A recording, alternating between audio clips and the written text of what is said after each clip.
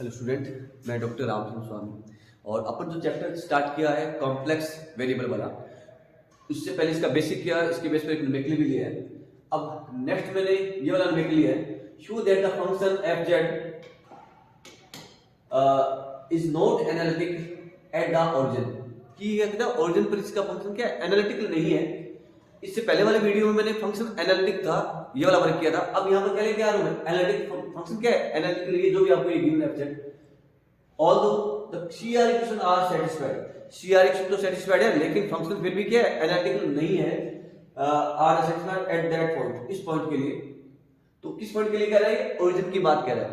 और एक ये वाला न्यूमेरिकल भी लिया है मैंने, नेक्स्ट वाला, prove that the function f z defined by, इस तरह से फंक्शन डिफाइंड है, z not equal 0, f not equal 0 है, is continuous and that Cauchy Riemann equation CR equations are satisfied. ये भी कह रहा है कंटीन्यूअस है फंक्शन, CR इक्वेशन को भी सेटिस्फाइड कर रहा है एट द ओरिजिन पर, yet F does 0 does not exist, लेकिन इसका भी 0 पर क्या है, ये एग्जिस्ट नहीं कर रहा है। तो ये फंक्शन भी कैसा है, 0 के लिए तो एनालिटिकल नहीं है।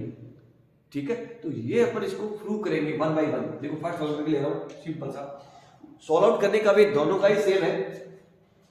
तो सोल्यूशन की बात करें पर, हाँ, एनालिटिकल फंक्शन लेके क्या प्रूव करना होता है, एनालिटिकल फंक्शन कब होगा, फर्स्ट में लेता हूं एनालिटिकल फंक्शन के लिए कि वो CR इक्वेशन को सेटिस्फाइड करे, जो कि ऑलमोस्ट सभी न्यूमेरिकल में सॉल्व आउट होता है 0 0 के लिए, जो अपने पास पैटर्न है, सिलेबस है, दोनों में CR के सेटिस्फाइड है, CR इक्वेशन, इसको कहते हैं नेसेसरी कंडीशन ना।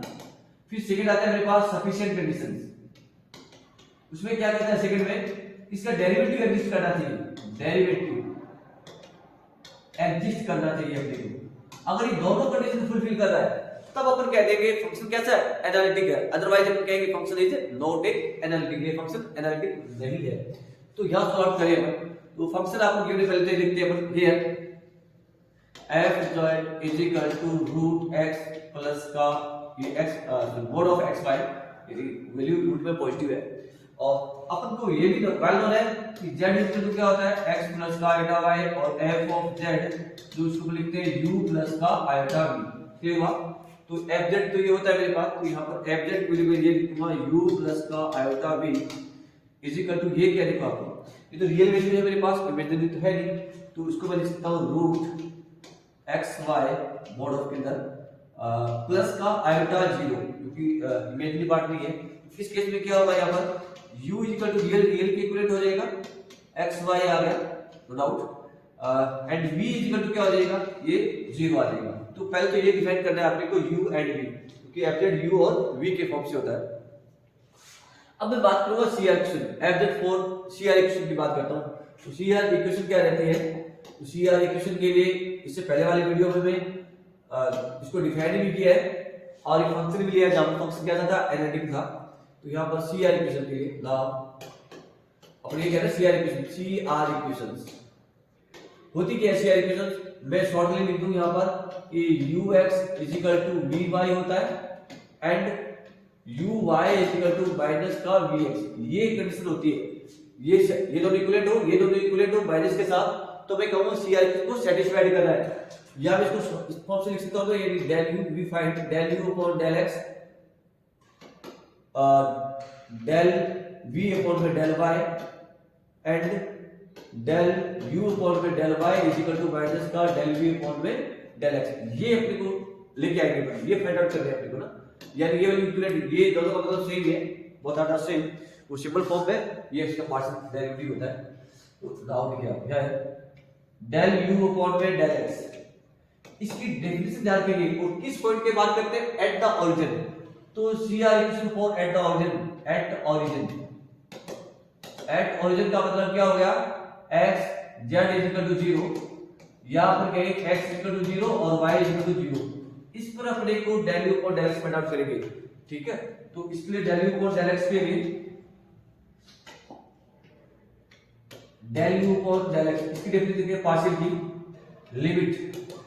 अब यहां पर देखिए आप वेरी क्या कर रहे हैं, अपने पास x with respect to x है, तो उसका जो डेफिनेशन होती है वो लिखते हैं लिमिट x टेंड्स टू 0, और यहां लिखता हूं मैं वेरी x, ओरिजिन की बात कर रहा हूं, माइनस का u 0 0 अपॉन में, यहां से जो वैल्यू आएगी मेरे पास अपॉन में x माइनस 0 कह सकते हैं आप,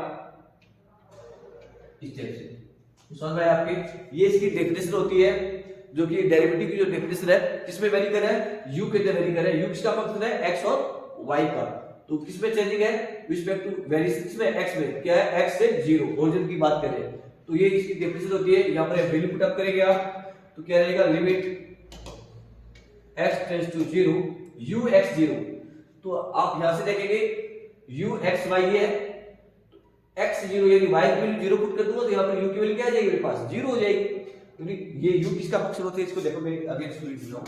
यानी ये जो आपको गिवन है ये u x y है, u x y is equal to root जो भी आपको गिवन है ये x y है, एंड v का मतलब ये क्या है? मेरे पास x y है और इसकी वैल्यू तो 0 ही है। और यहाँ पर y 0 कर दूं, x एज इट इज और y की वैल्यू 0 तो ये मल्टीप्लाई होकर 0 हो जाएगा।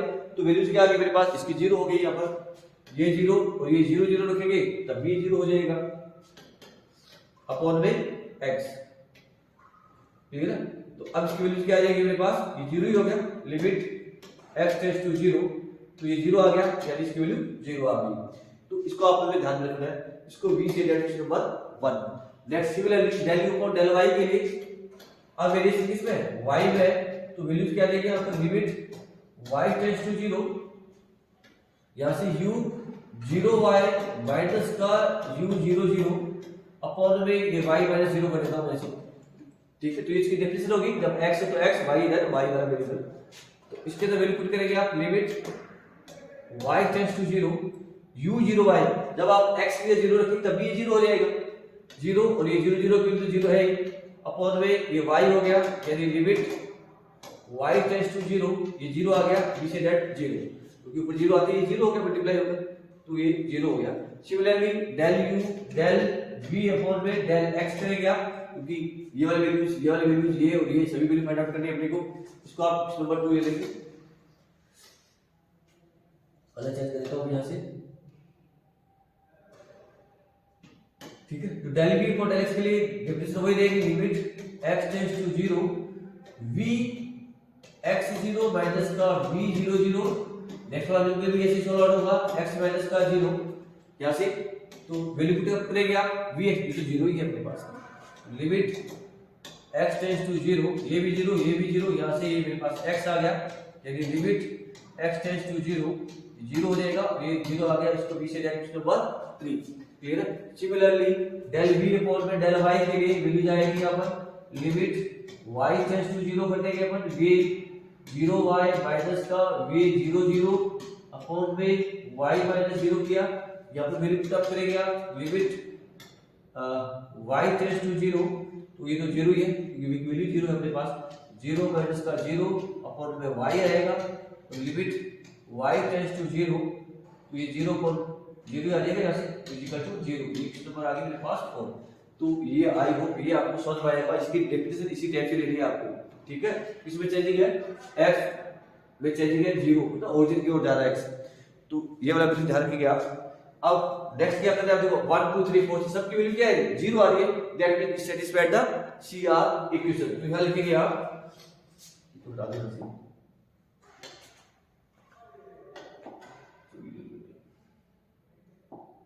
ये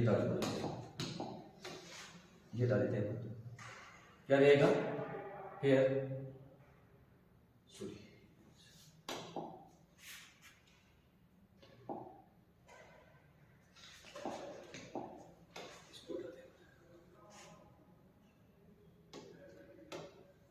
अब नेक्स्ट क्या करेंगे? फ्रॉम 1 2 3 4 से फ्रॉम या लिखते हैं from 1 2 3 and 4 we say that क्या है अपने पास कि del u अपॉन में del x is equal to del v upon में del y आ रहा है, एंड del u अपॉन में del y is equal to minus का del v अपॉन में del x आ रहा है। That means CR equation are satisfied, CR equations are satisfied at origin. ठीक है? एट ओरिजिन, ओरिजिन पर यस क्या हो रही है? सैटिस्फाइड हो रही है। अब अपन क्या करना है? इसका डेरिवेटिव इज नॉट एग्जिस्ट, किस पॉइंट पर? 0 पर। तो उसका डेरिवेटिव डेफिनेशन लिखेंगे आप second example, for sufficient conditions of analytic क्या होता है मेरे पास, क्या होता है इसका मतलब, that means derivative are exist, that is derivative of f z at origin is exist. Clear है? कहीं बोले इसकी यूनिक वैल्यू आनी चाहिए मेरे पास, यूनिक वैल्यूज। क्लियर है? सिंगल वैल्यू कह सकते हैं आप या यूनिक वैल्यूज, यूनिक वैल्यू आनी चाहिए मेरे पास, यूनिक वैल्यू। क्लियर? तो यूनिक वैल्यू आनी तो अपन कहेंगे कैसा इसका डेरिवेटिव एग्जिस्ट कर रहा है किस पर, ओरिजिन पर। तो डेरिवेटिव डेफिनेशन करेंगे अपन तो क्या होगा, एफ डैश जेड, डेफिनेशन क्या होती है इसकी, limit z tends to 0, z tends to 0 और एफ जेड माइनस का एफ नॉट अपॉन में जेड माइनस 0, इसकी डेफिनेशन होती है। वैल्यू पुट करेंगे आप और एक पॉइंट डाल का जेड इक्वल टू 0 किस केस में होगा, क्योंकि जेड इक्वल टू होता क्या है, व्हेन x इक्वल टू 0 और y इक्वल टू 0, क्योंकि z की वैल्यू क्या होती है, x प्लस का आइटा y होता है।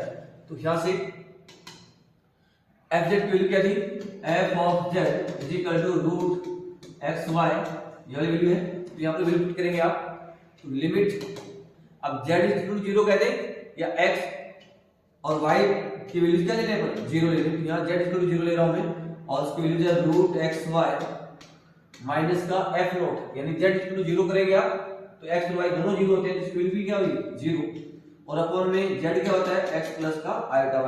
तो आई होप ये आपको समझ में आना चाहिए।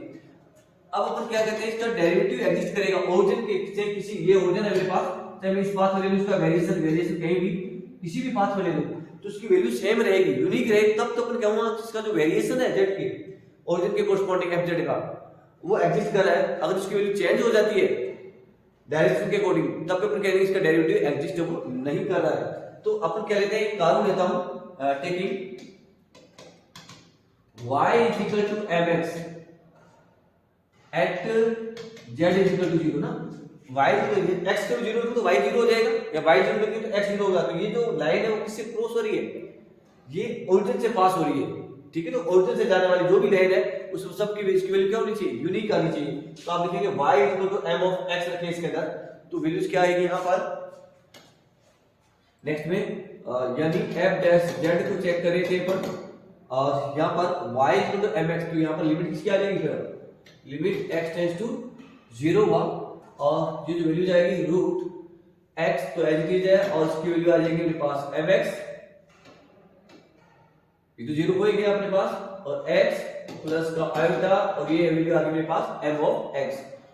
यहां से सॉल्व करें इसको अपन, तो लिमिट x टेंड्स टू 0 और यहां से x को बाहर ले सकते हैं अपन, ये रूट m आ गया क्योंकि x का स्क्वायर है और यहां से x कॉमन लिया तो 1 प्लस का आयोटा m, तो ये x से तो x के तो कैंसिल आउट हो जाएगा और लिमिट आ जाएगी मेरे पास x tends to 0 root m, एक बार ऑल किया मैंने इसको 1 प्लस का आयोटा m, या यहां पर x से फ्री है तो वैल्यूज क्या आएगी इसकी m अपॉन में 1 प्लस का iota m, that means f dash z, इसकी वैल्यू है ये f dash z।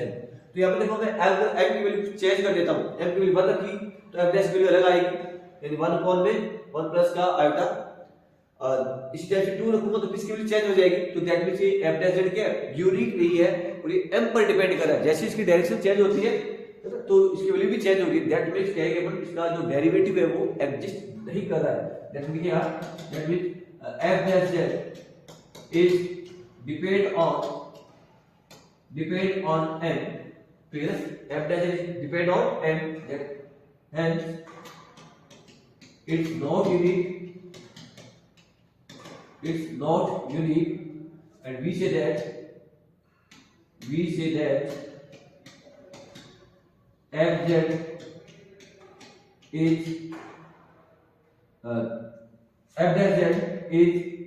not exist at origin,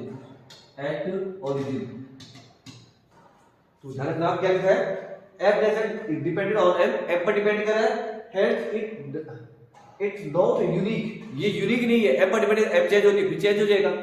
तो we say that f dash z is not exist at origin, तो ये अपने को प्रूव करना था। तो इसका जो कंक्लूजन लिखे तो कंक्लूजन में क्या आएगा, इसका जो कंक्लूजन आएगा वो क्या आएगा,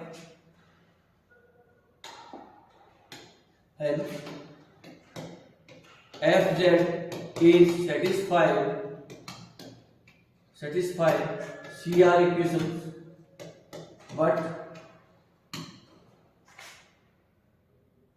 f dash z is not exist at origin.